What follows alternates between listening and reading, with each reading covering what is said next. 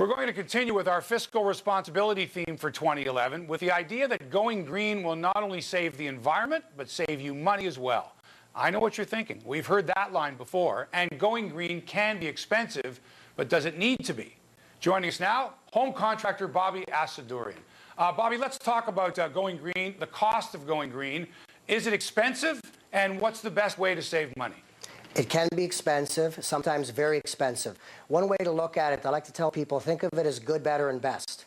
Generally, the building code, in order to keep new homes affordable, I mean so-called, they're calling it keeping it affordable, they're building to a minimum standard. Now, when you want to go green, green costs money because it's items that wouldn't be standard in the building code. Perfect example, new home construction, the insulation in your outside walls, it's typically pink. You know, if you're ever around during the time when they're constructing it, or if you look at it at the big box stores, it's pink insulation. I mean, it does a decent job. I wouldn't say it does a great job, and it is fairly cheap. Now, if you want to use the best insulation for a fiberglass product, you would use something like Roxwool. Now, Roxwool is very expensive, but literally, even with the color of it, it is going green. And it's going to save you a considerable amount of money, or do you have to look at it 10, 15, 20 years down the road to look at the real savings? I would say, again, it depends, but I would say, and let's say you're remodeling your basement. You're remodeling the basement and you're choosing between going pink or going with the green with the Roxwool. You can recoup that money possibly within 2 to 3 years. But there's more benefits, though. If you have a slight leak, if there's an issue or problem, Roxwool can get damp and wet. It does not lose its R value. Yeah, the pink insulation, if it gets wet or slightly damp, it's garbage. It's in the wall. You're not getting any R value. You're getting zero out of it. Okay. Not only that, but there's a fire advantage with using Roxwool. So it's not only, you know, the heat savings or the savings on your utilities, there are other added benefits, at least in that respect. Bobby, what do consumers have to be careful about? A lot of times when there's new technologies that are rapidly changing, people can say they're experts in one area, like geothermal stuff or something. What do consumers have to be careful of when they are hiring contractors that are coming in? Is there some kind of body that will certify that you can look for a badge or something that will tell you that even though you're paying so much, it is worthwhile because it's being done by people that are qualified?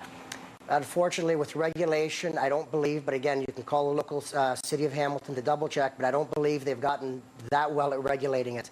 The limitation now is at least you've got to make sure that your contractor has a valid city trade license.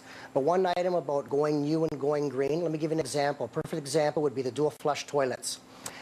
Many people have asked me to install the dual flush toilets. Now, I'm very particular. I turn them down because I believe at this point that they're too temperamental. They haven't been tried, tested, and proven, so to speak. So, I mean, I won't risk my reputation based on what the manufacturer is stating. I've told many homeowners, I mean, if you have to have it, get somebody else to install it for you, or you give it a shot. I have the regular toilets. They're still low flush, which are code approved, but these ones are now ultra low flush, being that you can control 3 liters with one side of the button and 6 liters with the other. So in my particular, again, this is my belief. Other contractors will, you know, debate me on that, but I'm very careful because when the day's said and done, it's my reputation on the line. So I'd rather convince the homeowner to go with a more traditional, low flush, still energy efficient toilet, as opposed to something that I believe still has bugs in it. Okay, we've seen the last couple of years, there's been a lot of provincial and federal programs that have given funding to people if they do take some of these incentives to do some green work within their homes. Are we at the end of those? Is there anything going to be available for 2011 for homeowners to take advantage of? Well, it depends who you speak to.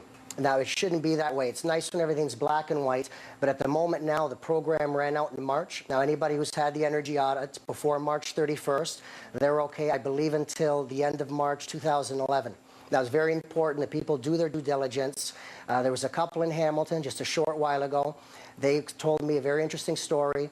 They went out to a local big box store and they purchased everything you can buy. They bought the dishwasher, new fridge and stove, washer, dryer.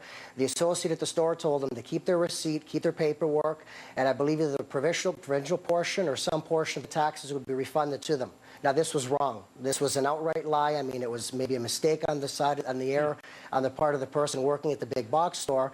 But now, were these people ripped off? It depends how you look at it. They're saving money each and every month, so when the day's said and done, it's still going to benefit them. Now, did they make an educated purchase? No. So, I mean, you have to be careful. You have to sort of get it from the horse's mouth. Right. Because you have to watch them. People may have a reason why they're trying to push something. Yep. Got to do your due diligence in this business. Bobby, I wish we had more time. I hope 2011 is a very successful year for you. Happy New Year. That's home contractor Bobby Asadourian. Happy New Year. Thank you. Thanks.